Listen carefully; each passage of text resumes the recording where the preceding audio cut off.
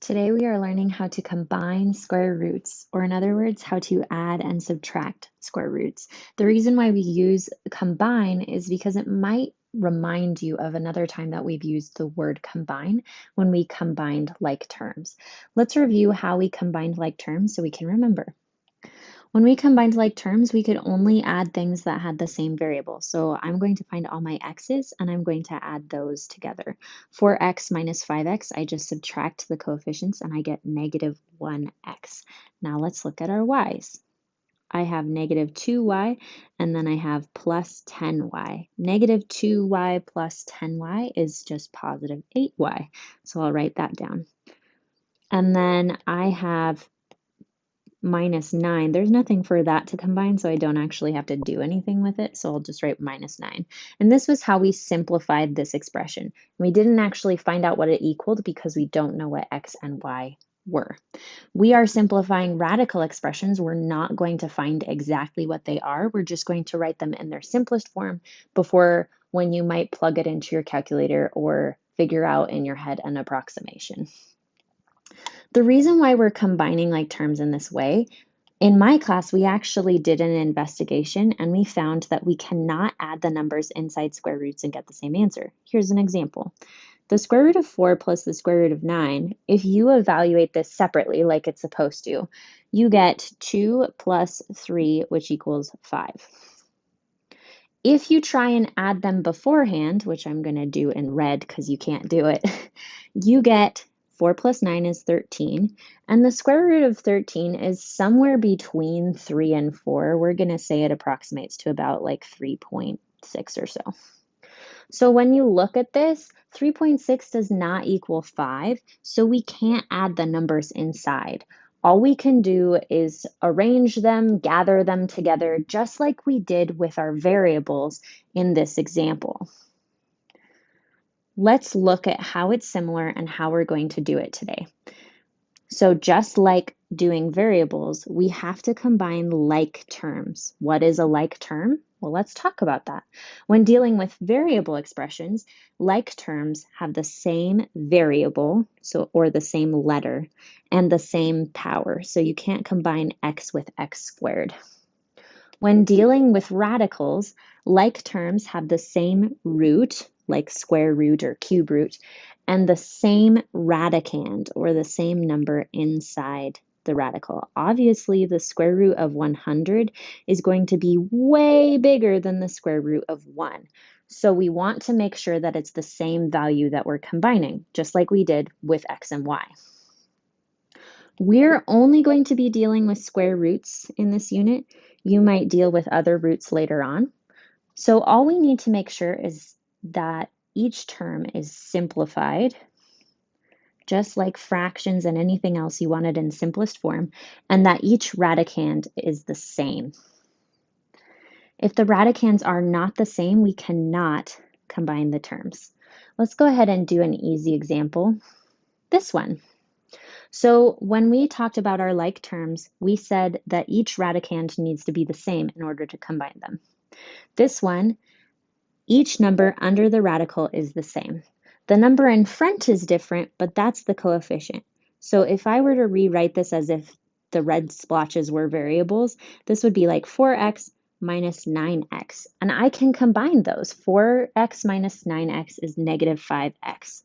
But instead of writing your letters, you're going to write what the original radical was. Just like how you do it with letters. If it's 4x minus 9x, you keep the x. This doesn't need to be simplified because when I try to make a factor tree out of 7, it doesn't have any pairs of numbers. So this is the correct answer, and we're done. That was pretty simple and easy. What happens if they don't look the same? Now, normally, if I looked at these and they were not the same, I'd be like, okay, I can't do it.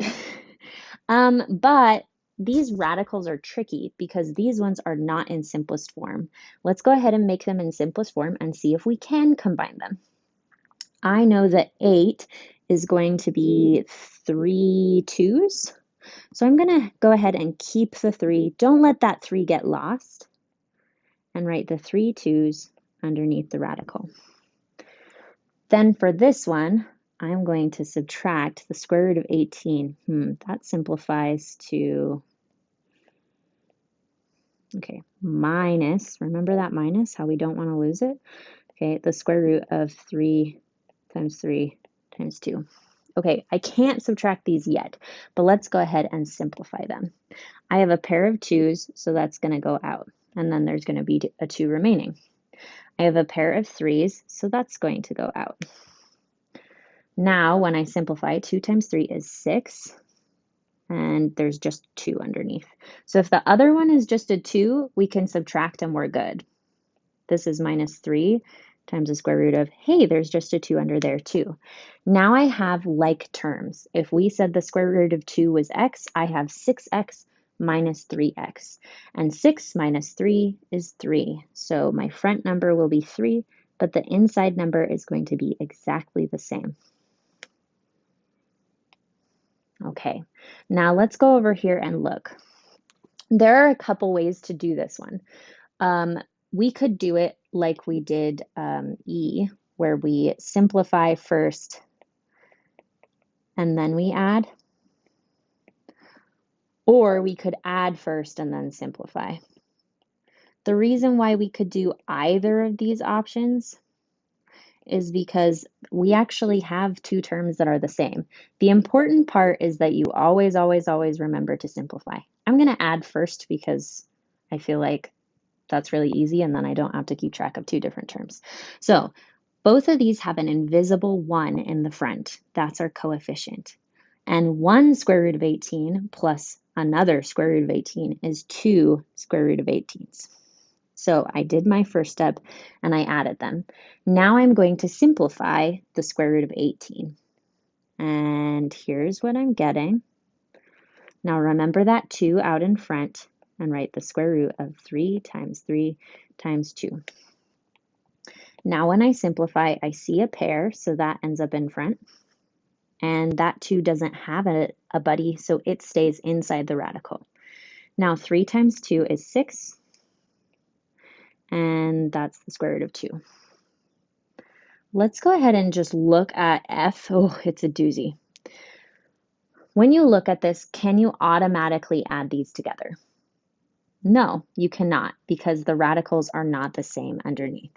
So you would have to simplify first to find out, and then combine the radicals.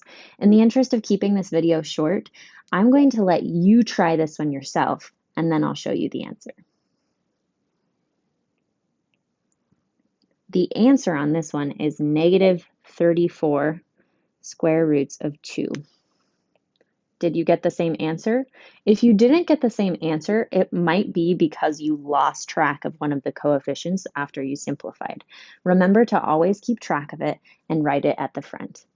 If you are in my class, this is what we're learning today, but I would check the next page in the notes because it has some preparation questions for your next test. Do those and see if you have any questions, and then check out some videos or come ask me questions if you have them. Thanks, guys, and good luck.